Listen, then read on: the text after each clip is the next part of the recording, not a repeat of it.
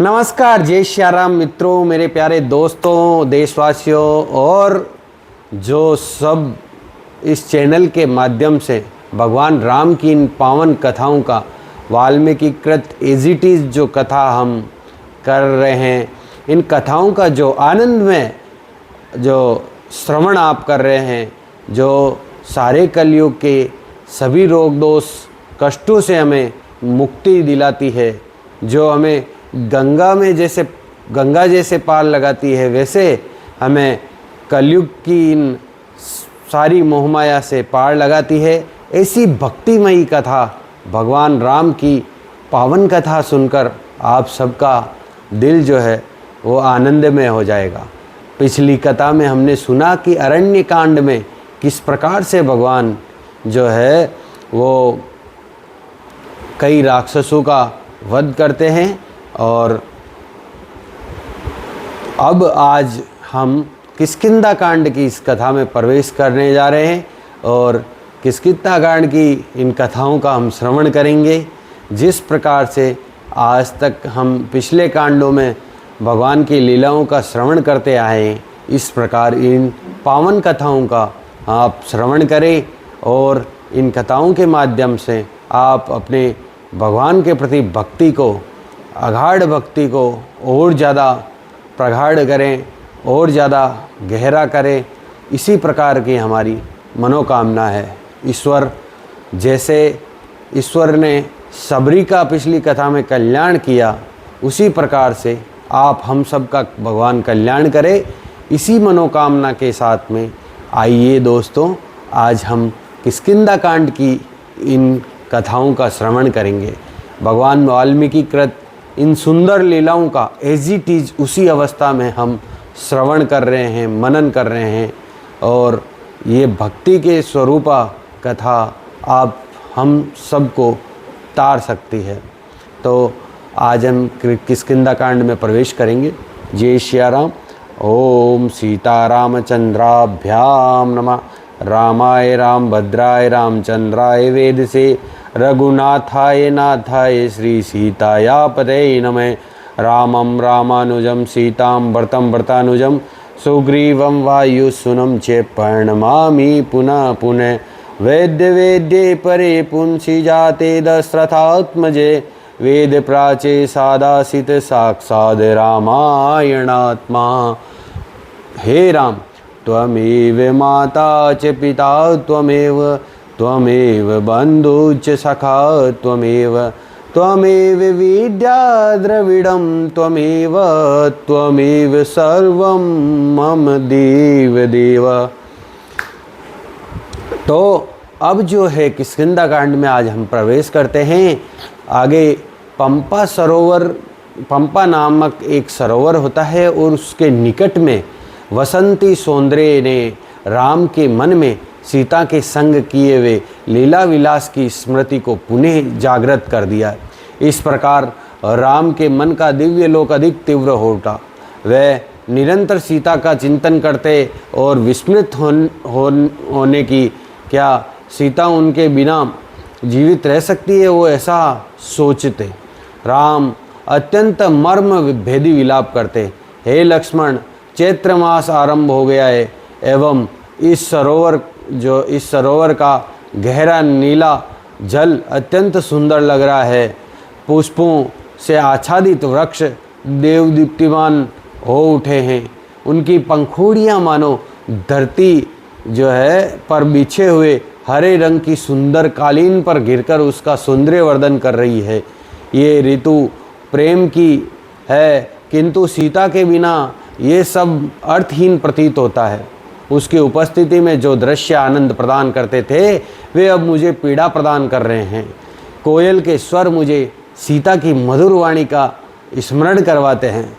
लेरों के शिखर पर झूलते हुए गुलाबी कमल पुष्पों को देखकर मैं सीता के सुंदर नेत्रों के विषय में सोचने लगता हूँ। ये मंद मंद बहने वाली सुगंधित वायु मुझे सीता की सुगंधित श्वास का स्मरण करवाती है। हे लक्ष्मण, निष्ठुर वसंत ऋतु की ये पीड़ा असहनीय है, क्योंकि सीता के बिना अब मुझसे जीवित नहीं रहा जाता है। तुम्हें अयोध्या लौटकर भरत की सेवा में लग जाना चाहिए और मैं यहीं अपने प्राण त्याग दूंगा। इस प्रकार प्रेम में जो है भगवान राम सीता मैया को याद करके प्रेम में पीड़ा का अनुभव कर रहे हैं और उनके मन के लोक में उठी हुई ये पीड़ा अत्यंत जो है उन लक्ष्मण को वो अपने विलाप के द्वारा वो अपने भाव जो है उस पीड़ा के भाव लक्ष्मण जी से वो साझा कर रहे हैं। तो लक्ष्मण जी ने राम के मन में आशा का संचार करने का प्रयास करते हुए कहा, मेरे प्रिय भ्राता, ऐसा मानने का कोई कारण नहीं है कि सीता अब जीवित नहीं है। रावण स्वर्ग में हो अथवा पृथ्वी पर, सागर में हो या अथोलोक में, हम उसे खोजकर अपना क्रोध जो है वही शांत करेंगे, हम उसको खोज के ही रहेंगे। आप व्यर्थ की उदासीनता को छोड़कर सीता की खोज में अपना ध्यान केंद्रित करें। गंभीरता पूर्वक प्रयत्न करने से ही हमें सफलता प्राप्त होगी, ना कि विलाप करने से, ना कि दुख करने से। हमें जो है वो गंभीरता पूर्वक हमें अपने प्रयास करने चाहिए सीता मैया को ढूंढने के। इस प्रकार से अगर हम प्रयास करेंगे तो ही हमें सफलता प्राप्त होगी। इस प्रकार लक्ष्मण द्वारा समझाए जाने के पश्चात भगवान राम जो है वो शांत होते हैं, उनकी पीड़ा कम होती है। वार्तालाप करते हुए वे ऋषिमुख पर्वत के निकट पहुंच जाते हैं। कुछ ही दूरी पर सुग्रीव ने राम व लक्ष्मण को उस ओर उनकी ओर आते हुए देखा। तो जब वो सुग्रीव उन्हें आते हुए देखते हैं तो उन्हें वाली का जो है अपने भाई बाली का सहयोगी समझकर सुग्रीव जो है भयभीत हो जाते हैं।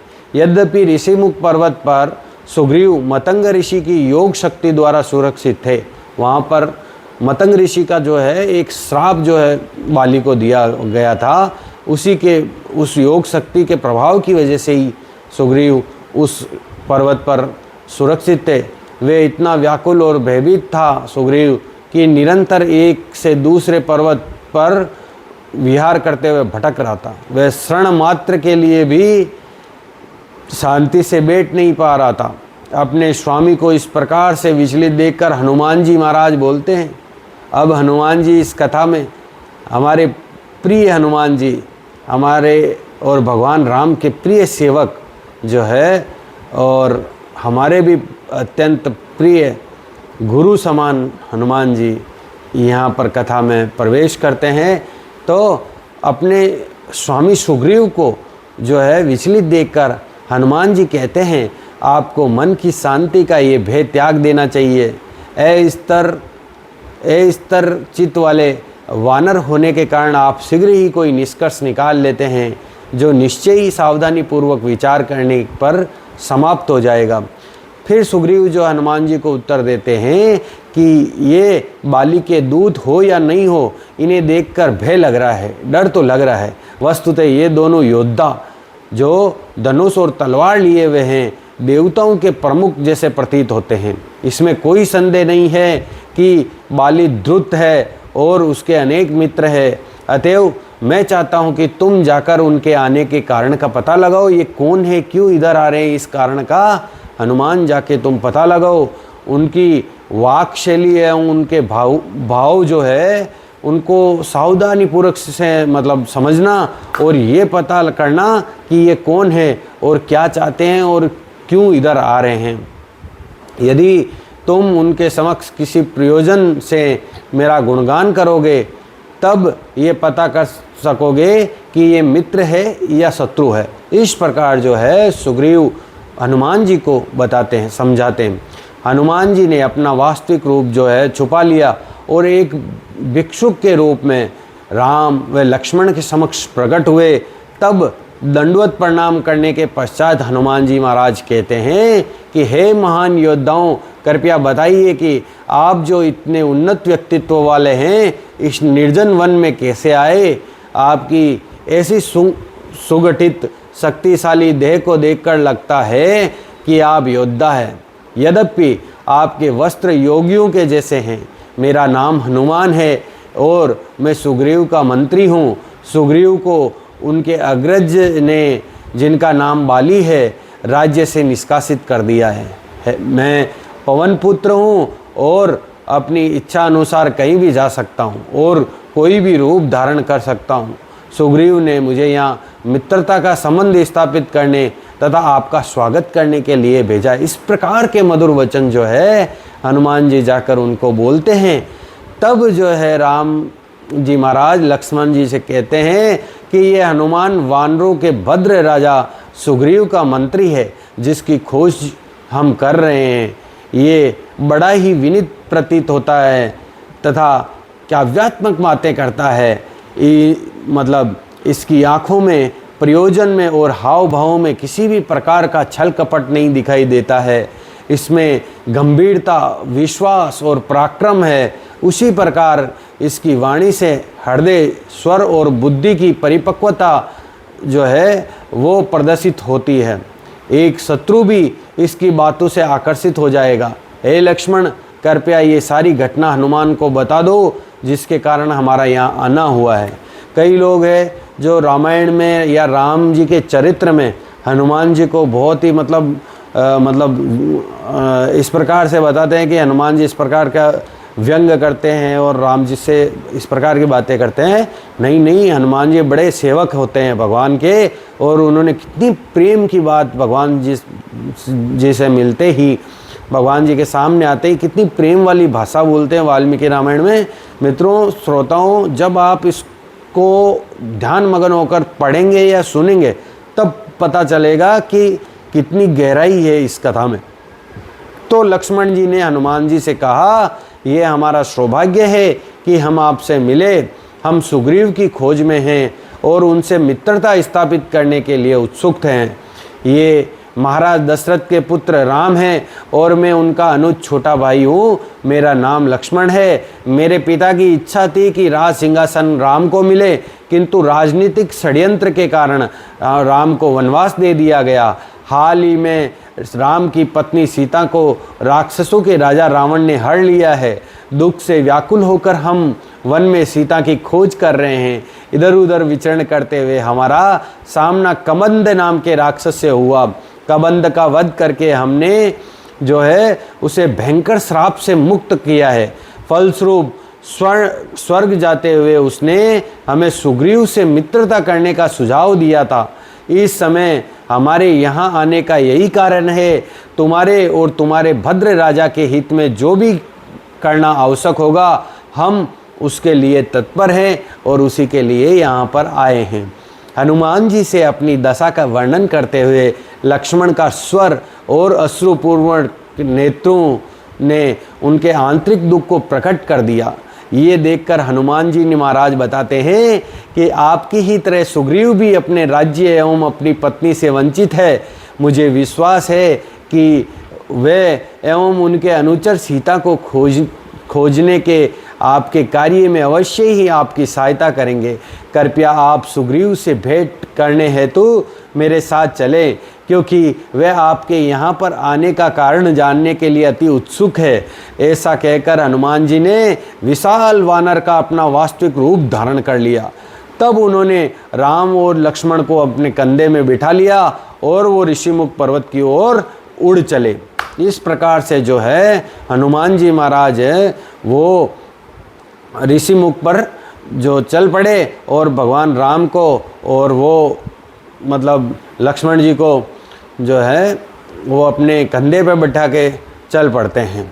वहाँ पहुंचकर हनुमान पहले सुग्रीव के पास गए और उन्हें राम के मैत्रीपूर्ण उद्देश्य के विषय में सूचित किया। संतुष्ट सुग्रीव एवं भिक्षु का रूप धारण करके राम व लक्ष्मण से मिलने गए। निकट आकर सुग्रीव ने मित्र के समान हाथ बढ़ाया। राम ने भी अत्यंत प्रसन्न होकर अपना हाथ बढ़ाया और वानर प्रमुख को गले से लगा लिया। तत्पश्चात हनुमान ने राम व सुग्रीव की मित्रता को औपचारिक रीति को पूर्ण करने के लिए पवित्र अग्नि प्रज्वलित की। आदर पूर्वक जो है उस अग्नि की परिक्रमा करने के पश्चात राम और सुग्रीव ने मन में मित्रता का दृढ़ भाव लिए एक दूसरे की ओर देखा। और तब सुग्रीव जी महाराज कहते हैं कि हे राम, आज से आपके सुख दुख मेरे होंगे। और उसी प्रकार मेरे सुख दुख है वो आपको होंगे। इस प्रकार से जो है सुग्रीव जी महाराज में और राम जी महाराज में दोनों में जो है मित्रता, इस प्रकार से मित्रता हो गई। अग्नि की परिक्रमा करके मित्रता हुई। सुग्रीव ने पुष्पों से लदी हुई एक शाखा राम के बैठने के लिए भूमि पर रखी। ऐसी ही शाखा हनुमान जी महाराज ने लक्ष्मण जी के लिए रखी। जब सभी बैठ गए तब सुग्रीव ने बताया, हे राम, अपने भाई बाली के कारण मैं निरंतर जो है चिंता में अपना जीवन व्यतीत कर रहा हूँ।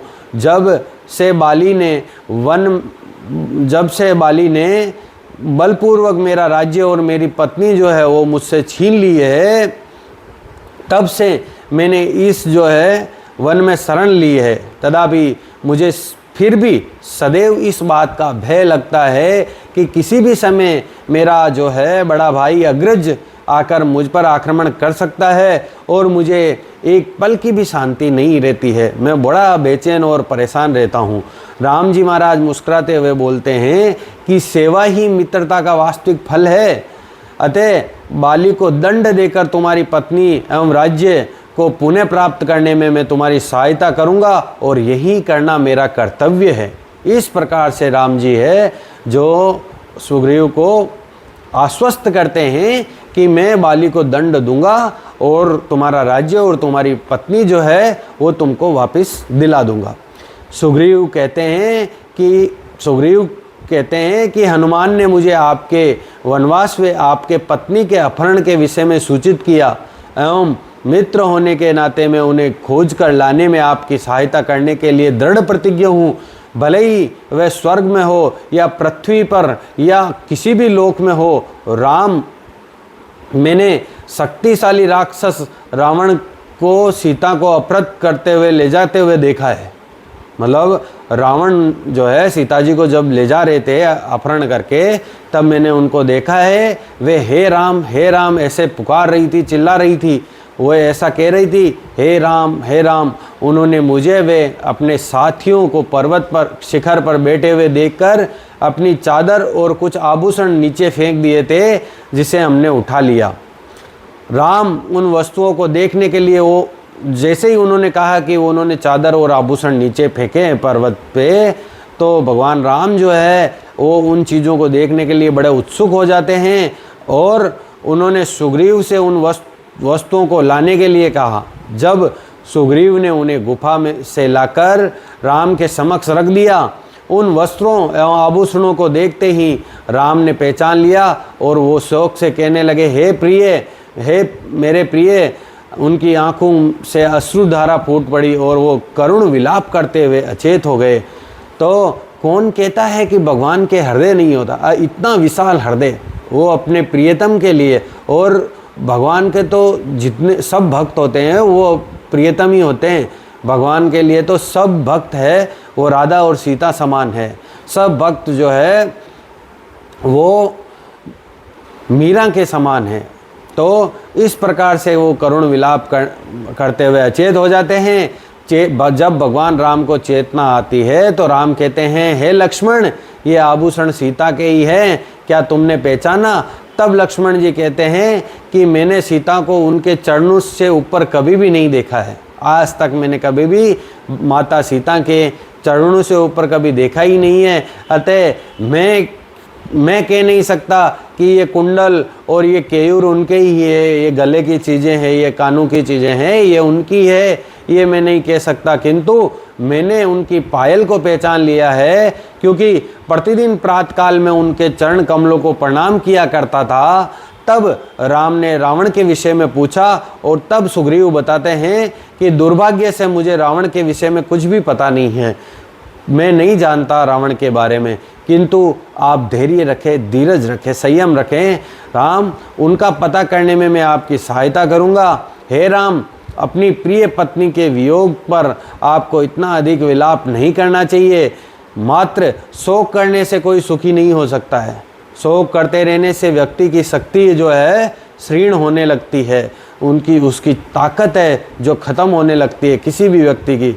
तो जीवन संकट में पड़ जाता है। यद्यपि मैं एक मूर्ख वानर हूँ और मेरी दशा भी आपके समान है, किंतु मैं आपके जितना शोक नहीं करता हूँ। सुग्रीव के वचन सुनकर राम कुछ शांत हुए और सुग्रीव को पुनः गले से लगाते हुए उसके संग बैठ गए। जब सुग्रीव वाली की उपस्थिति में उत्पन्न भय की चर्चा करने लगा, तब राम ने कहा कि हे सुग्रीव, धैर्य रखो, मैं आज ही बाली का वध कर दूंगा। किंतु इससे पहले कि मैं जानना चाहूँगा कि तुम्हारे मध्य ये शत्रुता जो है वो कैसे उत्पन्न हुई, कैसे तुम दोनों भाइयों के बीच में इतना बैर पड़ गया कि तुम एक दूसरे को मारने की स्थिति में आ पड़े। तब सुग्रीव जी महाराज कहते हैं कि एक सच्चे मित्र के समक्ष ही व्यक्ति अपना दुख प्रकट कर सकता है। कोई भी व्यक्ति एक सच्चे मित्र के सामने ही अपना दुख प्रकट कर सकता है। ऐसा हुआ कि मेरे पिता के निधन के पश्चात ज्येष्ठ राजकुमार होने के नाते बाली किष्किंधा का राजा बना और मैं उसकी सेवा में लग गया। इसके पूर्व मैं दानव के पुत्र मायावी ने एक स्त्री के कारण बाली से शत्रुता मोल ले ली। तो तत्पश्चात एक रात जब सभी सो रहे थे, मायावी किष्किंधा आया और युद्ध के लिए बाली को ललकारने लगा। यद्यपि मैंने तथा जो है उसकी पत्नी ने उसे रोकने का प्रयास किया, किंतु क्रुद्ध बाली उस प्रतियोगी से संघर्ष करने के लिए महल के बाहर निकल पड़ा।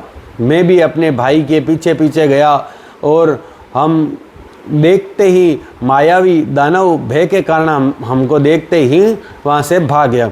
जब हमने उसका पीछा किया तब वह एक गहरी अंधेरी गुफा में जाकर घुस गया, जो सघन झाड़ियों से ढकी हुई थी। ऐसी गुफा में जाकर वो छुप गया।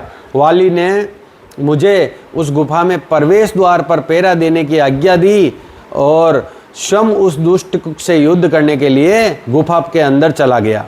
इस प्रकार 1 वर्ष बीत गया। मैं उस प्रवेश द्वार पर पहरा देता रहा, किंतु अपने भाई का कोई संकेत मुझे नहीं मिला। अकस्मात मैंने गुफा से जाग सहित रक्तस्राव होते देखा। जाग सहित जो है खून निकलते, रक्त निकलते वहाँ पर देखा गुफा से बाहर। तब जो है वह अनेक दैत्यों के स्वर भी जो है सुने, मैंने कराते हुए दैत्यों के स्वर सुने, किंतु अपने भाई की जो है आवाज़ मैंने नहीं सुनी।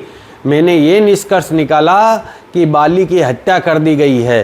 तब मैंने प्रवेश द्वार पर एक विशाल पत्थर रखकर उसे बंद कर दिया और अपने मृत भाई की आत्मा की शांति के लिए जलार्पण किया। किष्किंधा लौटने पर मंत्रियों ने मेरा राज्याभिषेक किया और मैं न्यायपूर्वक जो है राज्य करने में लग गया। कुछ समय जब बीत जाने पर बाली उस दुष्ट की हत्या करके वापस किष्किंधा लौट आया, जिसे देखकर सभी को आश्चर्य हुआ।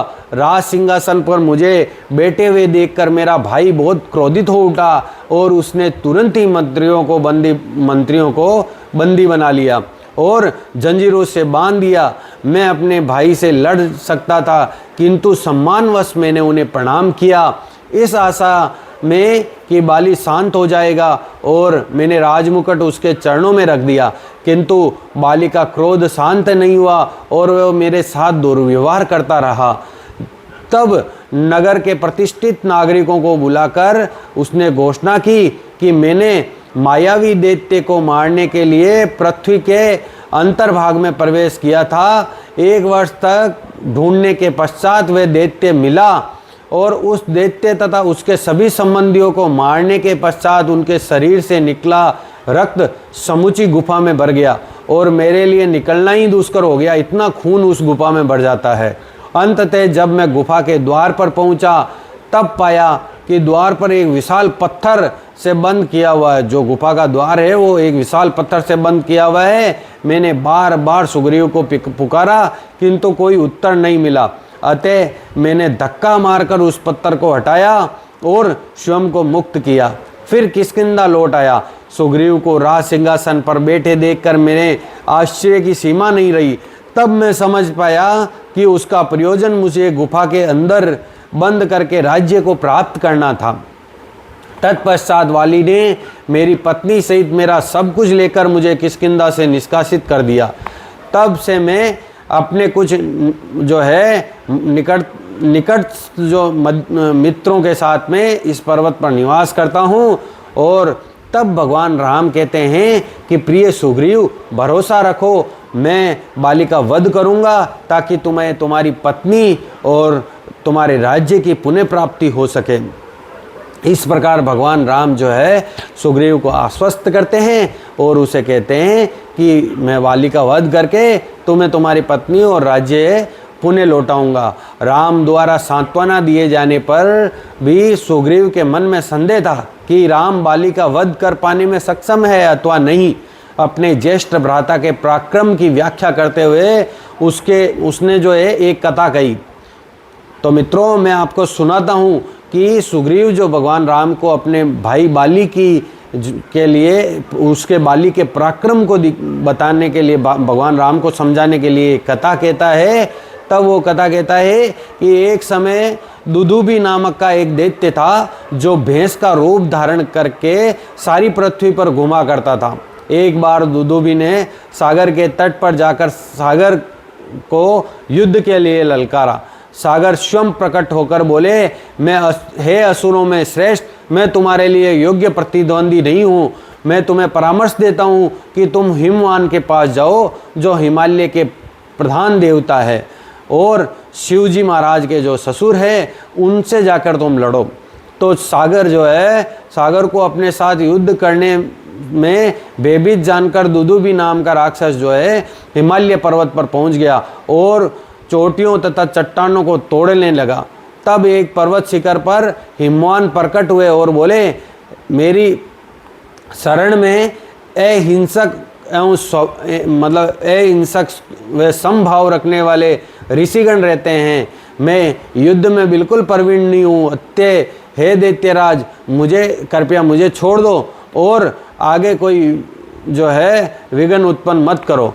तब उस क्रोधित दैत्य ने पूछा कि वे किसके साथ युद्ध कर सकता है और हिमवान ने तब मेरे भाई इंद्रपुत्र वाली का नाम बताया। तब दुदुबी गरजता हुआ किष्किंधा पहुंचा और अपने खुरों से भूमि खोदने लगा। वो मतलब लड़ने के लिए इतना आतुर था दुदुबी नामक राक्षस कि वो ढूंढ रहा था कि इस पृथ्वी पर कौन उससे लड़ने में मतलब जो लड़ने जितनी क्षमता रखता है। तो वो दुदुबी जो है गरजता हुआ किष्किंधा पहुंच जाता है और अपने खुरू से जो पृथ्वी को खोदने लग जाता है, वृक्षों को उखाड़ने लग जाता है और उसके जो सिंग थे उस सिंगों के द्वारा नगर के द्वार को तोड़ने लगा। बाली तुरंत बाहर आया और उस उदंड दैत्य को युद्ध के लिए ललकारने लगा। एक दूसरे को कुछ समय तक कटु वचन बोलने के पश्चात बाली ने उसे उसके सिंगों को पकड़कर घुमाकर धरती पर पटक दिया, जिससे दैत्य के कानों से रक्त की धारा बह निकली। तब एक भयंकर जो है द्वंद्व युद्ध हुआ, क्योंकि दोनों एक दूसरे पर बलपूर्वक प्रहार कर रहे थे, किंतु थोड़े समय में दैत्य दुर्बल पड़ने लगा। ये देखकर बाली ने दुदुम्बी को वायु में उठाकर पूरा बल लगाकर नीचे पटक दिया। चूँकि उसके शरीर के प्रत्येक छिद्र से रक्त की धारा प्रवाहित हो रही थी, अतः उसने शीघ्र ही अपने प्राण जो है वो त्याग दिए। तब बाली ने दुदुम्बी के मूल शरीर को उठाकर 4 मील दूर फेंक दिया। मृत शरीर को उठाकर 4 मील दूर फेंक दिया। वायु से होकर जाते हुए उस सौ से टपकने वाले रक्त भूमि पर गिर रहा था, उसके मुख से निकली हुई रक्त की बूंदें मतंग ऋषि के आश्रम में जाकर गिर जाती है। इससे वे महान ऋषि जो है मतंग ऋषि क्रोधित हो जाते हैं और चौंक जाते हैं। इस प्रकार का मूर्खतापूर्ण एवं विवेकहीन कृत्य कौन कर सकता है। जब मतंग ऋषि को ज्ञात हुआ कि वे दैत्य वाली द्वारा मारा गया है, तब उन्होंने श्राप दिया कि कल से यदि ये वानर मेरे आश्रम के 4 मील तक के क्षेत्र में आएगा तो वह तत्संग मारा जाएगा। यदि उसका कोई मंत्री इधर आया तो वह हजारों वर्षों के लिए मूर्ति के समान स्थिर हो जाएगा। इस प्रकार से पत्थर बन जाएगा, मूर्ति बन जाएगा। इस प्रकार से जो मतंग ऋषि ने बाली को श्राप दे दिया कि वो उस ऋषिमुख पर्वत के 4 मील के आसपास नहीं आ सकता। यद्यपि बाली ने ऋषि को शांत करने के लिए बाली बहुत प्रयास करता है, किंतु ये असफल रहा और तब से वे इस क्षेत्र में आने के लिए भयभीत है।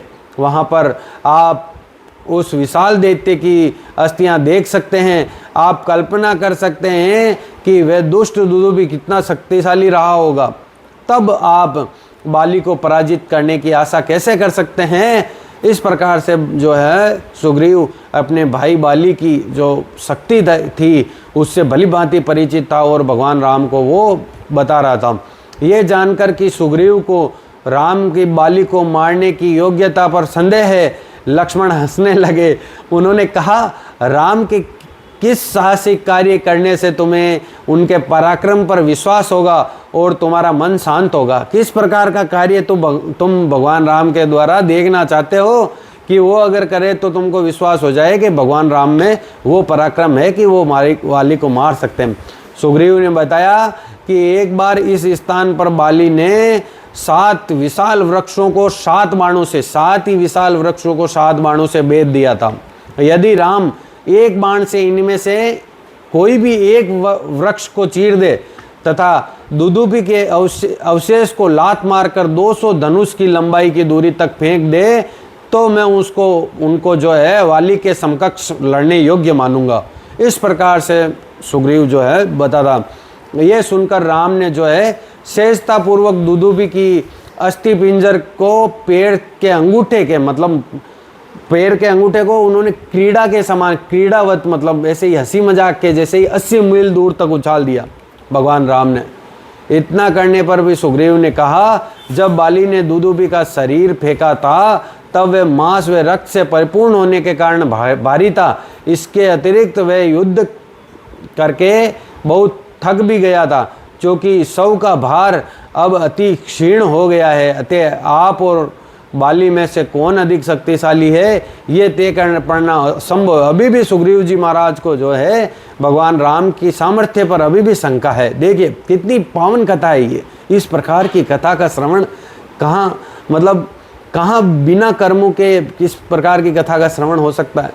इस पर राम ने अपना धनुष उठाया और उनसे एक ऐसा शक्तिशाली बाण छोड़ा कि वे सभी 7 वृक्षों को भेद कर पृथ्वी के अंदर प्रविष्ट होकर ब्रह्मांड के तल तक पहुंच गया।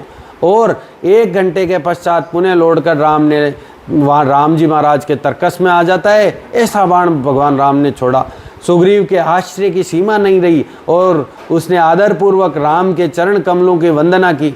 तब राम ने सुग्रीव का आलिंगन करते हुए कहा, अब हमें किष्किंधा चलना चाहिए। तुम पहले जाकर बाली को युद्ध के लिए ललकारो। मैं और लक्ष्मण नगर के द्वार के ठीक बाहर वृक्ष के पीछे छुपकर देखेंगे। किष्किंधा पहुंचकर सुग्रीव अपने भाई को ललकारते हुए उच्च स्वर में गरजा। यह सुनते ही वाली क्रोध से उत्तेजित होकर तुरंत बाहर आया, मानो पर्वत के पीछे से सूर्य उदय होता है, जैसे सूर्य पर्वत के पीछे से निकलता है। इस प्रकार से बाली निकलकर आता है बाहर। क्रोध में आकर बाली और सुग्रीव ने एक दूसरे पर मुट्ठियों से प्रहार करना आरंभ कर दिया। इस प्रकार से दोनों भाइयों में इतनी समानता थी कि राम उन दोनों के मध्य होते हुए द्वंद्व युद्ध में ये भेद ही नहीं कर पाए कि उन दोनों में से बाली कौन है और सुग्रीव कौन है। इतने एक दूसरे के जैसे लग रहे थे। अतः राम ने बाण छोड़ने का विचार त्याग दिया, जिससे सुग्रीव सोचने लगा कि संभवतः राम उनको सहजता प्रदान करने के लिए अनिच्छुक है। वस्तुतः युद्ध में सुग्रीव की दशा अत्यंत दयनीय थी और अंततः अपने ही रक्त से सना हुआ अत्यंत कठिनाई से प्राणों की रक्षा करते हुए वह भाग गया। बाली ने उसका पीछा करते हुए व्यंग किया, कायर अपनी जान बचाकर भाग, इस बार मैं तुझे क्षमा करता हूँ। तब सुग्रीव ने वन में स्थित मतंग ऋषि के आश्रम में जाकर शरण ली। इसके पश्चात राम, लक्ष्मण और हनुमान वहाँ आए। सुग्रीव ने राम जी को कटु वचन बोले कि यदि आप बाली का वध नहीं करना चाहते थे तब उसे ललकारने के लिए मुझे भेजा ही क्यों, प्रोत्साहित ही क्यों किया। अच्छा होता कि आप ऐसा कहते कि तुम्हारे अग्रज का वध करने की मेरी इच्छा ही नहीं है। तब राम जी महाराज बताते हैं कि उन दोनों के रूप में इतनी समानता थी कि भेद कर पाना ही कठिन था। इसी कारण से राम ने कहा, मुझे बाण चलाने में संकोच नहीं था, जो है बस मेरे मन में जो है ये भेद था कि तुम दोनों में से मैं पहचान नहीं पा रहा था। उन्होंने सुग्रीव से कहा कि वह स्वयं के ऊपर ऐसा कोई चिन्ह अंकित करे जिससे वे अपने भाई से भिन्न दिखाई दे और पहचाना जा सके। तब लक्ष्मण ने एक पुष्प लता जो है, पुष्पों की जो लता होती है, बेल पुष्पों की लता, पुष्प लता तोड़कर सुग्रीव को दे दी लक्ष्मण जी महाराज ने। इसके पश्चात सुग्रीव पुनः कुछ किष्किंधा की ओर चला और उसके साथ राम, लक्ष्मण एवं हनुमान भी थे। नगर के बाहर तक पहुंचने के पश्चात सुग्रीव अपने भाई को ललकारता हुआ, गरजता हुआ लंबे लंबे पग भरकर चलने लगा। तब सभी वृक्षों और झाड़ियों के पीछे छुप गए। जिस समय बाली ने सुग्रीव को ललकार सुनी, वह स्त्रियों के कक्ष में था। क्रोधवश अपने स्थान से उठकर शीघ्रता से लंबी छलांगे भरता हुआ कक्ष से बाहर निकला। व्याकुल होकर जो बाली की पत्नी तारा अपने पति से यातना करने लगी, हे स्वामी, कृपया अपने क्रोध को त्याग दे तथा इस बात को ध्यान से समझें। आपने पहले ही सुग्रीव को परास्त किया था, तथापि उसका अतिशीघ्र लौटकर विश्वासपूर्वक गरजना मुझे संदेहास्पद लग रहा है, संदेह हो रहा है मुझे। सुग्रीव द्वारा इस प्रकार से प्रदर्शित साहस का तात्पर्य है कि उसे किसी शक्तिशाली सहयोगी का साथ मिल गया है। हमारे पुत्र अंगद ने गुप्तचरों से ये सूचना प्राप्त की है कि राम व लक्ष्मण यहाँ आए हैं और उन्होंने सुग्रीव के साथ मित्रता का संबंध स्थापित किया है। राम के पराक्रम की तो कल्पना भी नहीं की जा सकती है। उनकी शक्ति स्वयं भगवान विष्णु के समान है। अतः आप उनके साथ शत्रुता करके संकट में आपको नहीं पड़ना चाहिए। सुग्रीव को अपना अधिकारी बनाकर इस विवाद को ही समाप्त कर देवें और इस प्रकार राम के साथ आप मित्रता का संबंध स्थापित कर लें। तो इस प्रकार से जो है वाली की पत्नी है जो वो यातना करती है और तब जो है काली जिसके प्रारब्ध में ही मृत्यु थी, उसे उचित परामर्श को अस्वीकार कर दिया। उसकी पत्नी के जो उचित परामर्श था उसको उसने अस्वीकार कर दिया, क्योंकि उसके प्रारब्ध में मौत ही लिखी हुई थी, मृत्यु ही लिखी हुई थी, उसका वध ही लिखा हुआ था। इस प्रकार से जब ऐसा होनी लिखी हुई होती है तब मनुष्य की बुद्धि जो है सही चीज़ को भी स्वीकार नहीं कर पाती है। अपने अनुज का ये अपमान, तब बाली कहता है कि मैं अपने छोटे भाई का ये अपमान सहन नहीं कर सकता। जहाँ तक राम का प्रश्न है, मेरा उसके साथ कोई विरोध नहीं है। वे एक गौरवशाली क्षत्रिय हैं और मुझे उनका भय नहीं है, क्योंकि वो ऐसे किसी भी व्यक्ति को क्यों कष्ट देंगे जो उनका शत्रु है ही नहीं। तो वाली बोलता है कि मैं तो उनका शत्रु हूँ ही नहीं, तो वो मुझे क्यों कष्ट देंगे। ऐसा कहकर वाली क्रोध से फुफकारते हुए नगर से बाहर आया और उसने सुग्रीव का सामना किया। तत्पश्चात एक भयंकर युद्ध हुआ। पहले की भांति अब भी युद्ध में बाली विजय की ओर अग्रसर था। तब सुग्रीव ने राम को संकेत किया कि अब उसकी शक्ति क्षीण हो रही है। सुग्रीव को लगभग पराजित होता देख राम ने अपने धनुष पर एक शक्तिशाली बाण चढ़ाया। उन्होंने एक ऐसा बाण छोड़ा जिससे बिजली की भांति वायु में कौनते हुए बाली की छाती को गंभीर रूप से भेद दिया। यद्यपि बाली रक्त रंजित होकर भूमि पर पड़ा और अपने प्राण नहीं त्यागे, क्योंकि वे अपने पिता राजा इंद्र द्वारा दिए गए स्वर्ण हार को जो है उस समय धारण किए हुए था।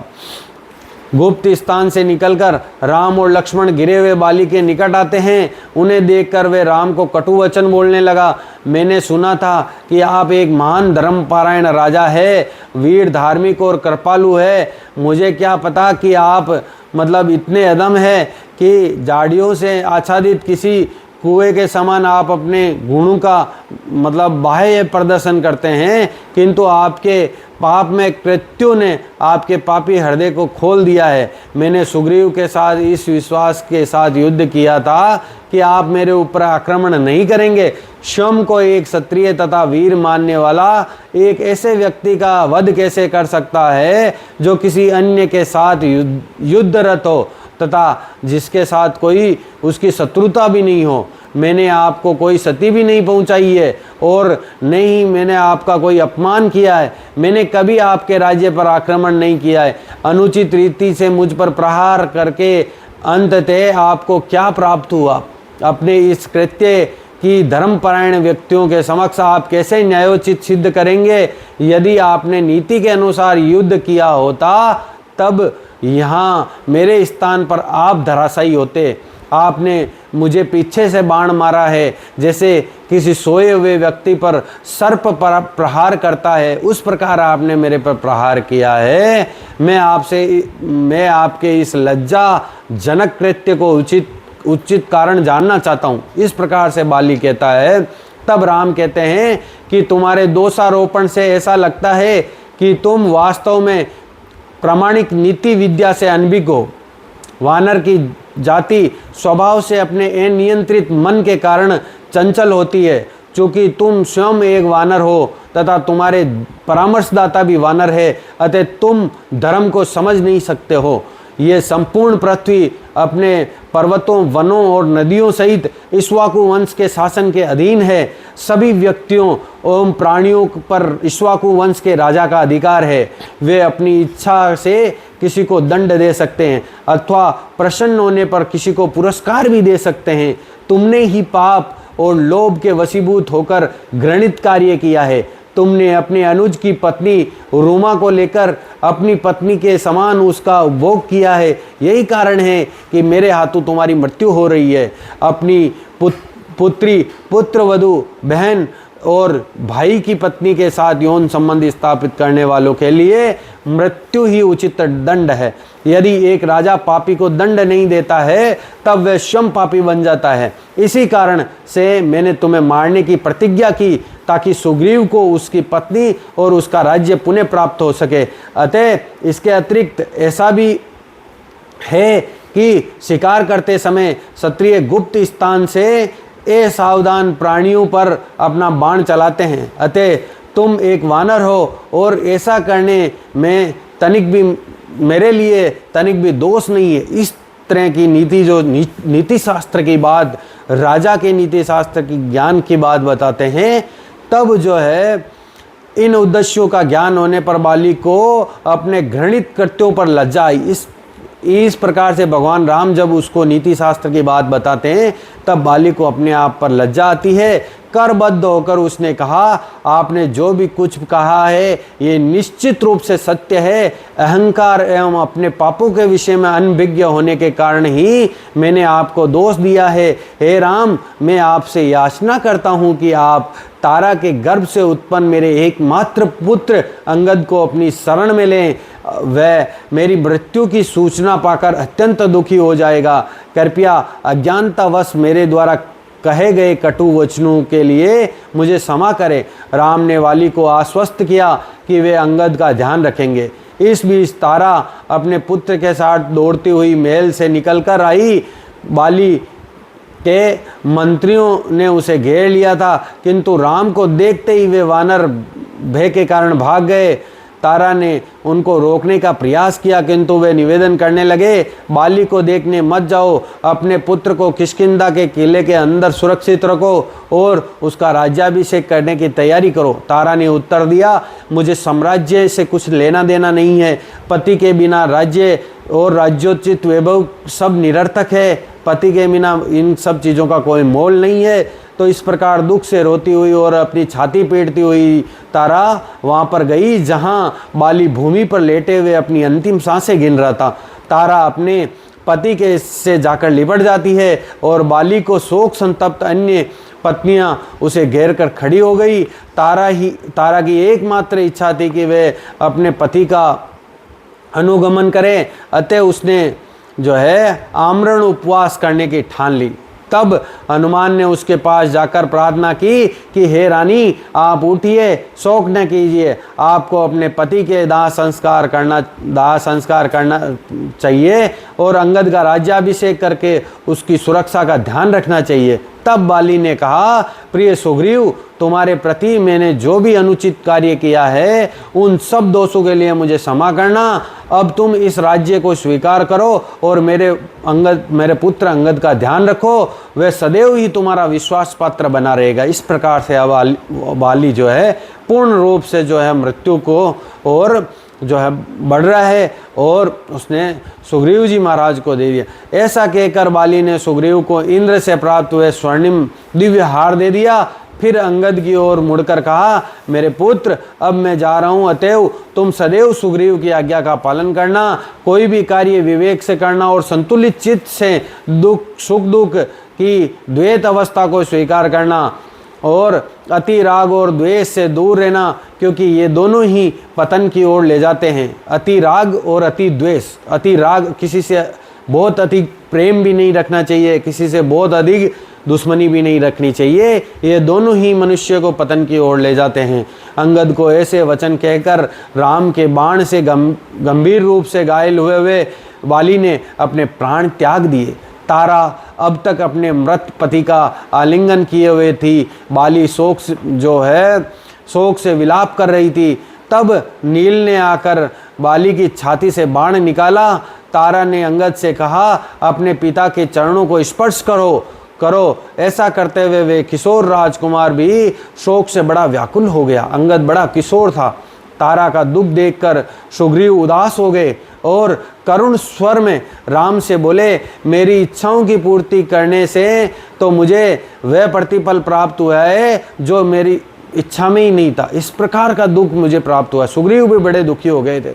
सुखी होने के बदले अब राज्य और जीवन से भी मुझे घृणा हो रही है और अपने पाप के प्रायश्चित के लिए मैं अग्नि में भी भस्म हो जाऊं तो भी हे राम, जो है अन्य वीर वानर सीता की खोज में आपकी सहायता करेंगे, मैं तो अग्नि में भस्म हो जाना चाहता हूँ। इस प्रकार से सुग्रीव भी बड़े दुखी और विलाप करने लगे।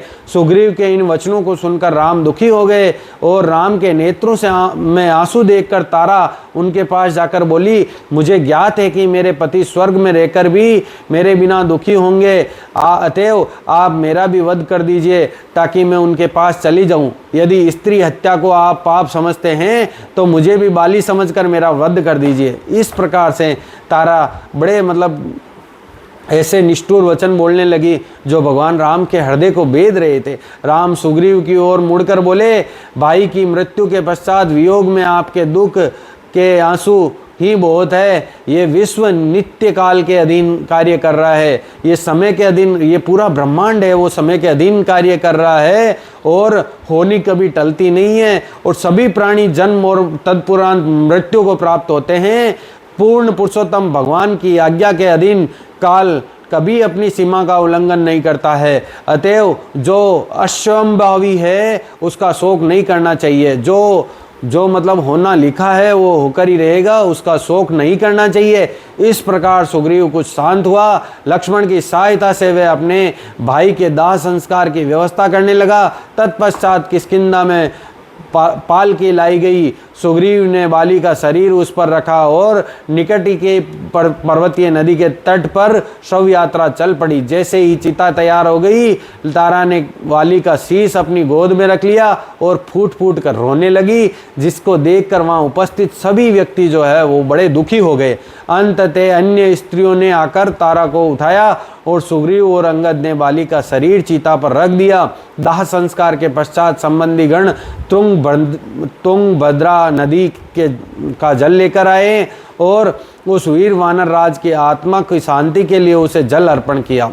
दाह संस्कार पूर्ण होने के पश्चात जो है हनुमान ने राम जी महाराज से आग्रह किया कि वे सुग्रीव को साथ लेकर किष्किंधा चले और वहां उसका राज्याभिषेक करवाएं, किंतु राम ने मना कर दिया और कहा, हनुमान, मेरा सुझाव है कि तुम सुग्रीव के राज्याभिषेक का कार्य जो है वो कार्यभार संभाल लो। और अंगद को उत्तराधिकारी के रूप में नियुक्त करो, चूँकि वर्षा ऋतु आने वाली है और ते सीता की खोज के लिए ये समय उपयुक्त नहीं है। वानरों के सभी प्रमुखों को 4 मास तक किष्किंधा में ही रहना चाहिए तथा मैं और लक्ष्मण पर्वत की गुफा में रहकर ही अपना जो है समय व्यतीत करेंगे। शरद ऋतु आते ही, सर्दी की जब ऋतु आएगी उसके आने के पश्चात ही हम जो है रावण के राज्य का पता लगाएंगे और सीता जी का पता लगाने की सोचेंगे। तब तक 4 मास जो है हम लोग पर्वत पर ठहरेंगे और तुम लोग जो है सुग्रीव के राज्याभिषेक की तैयारी करो।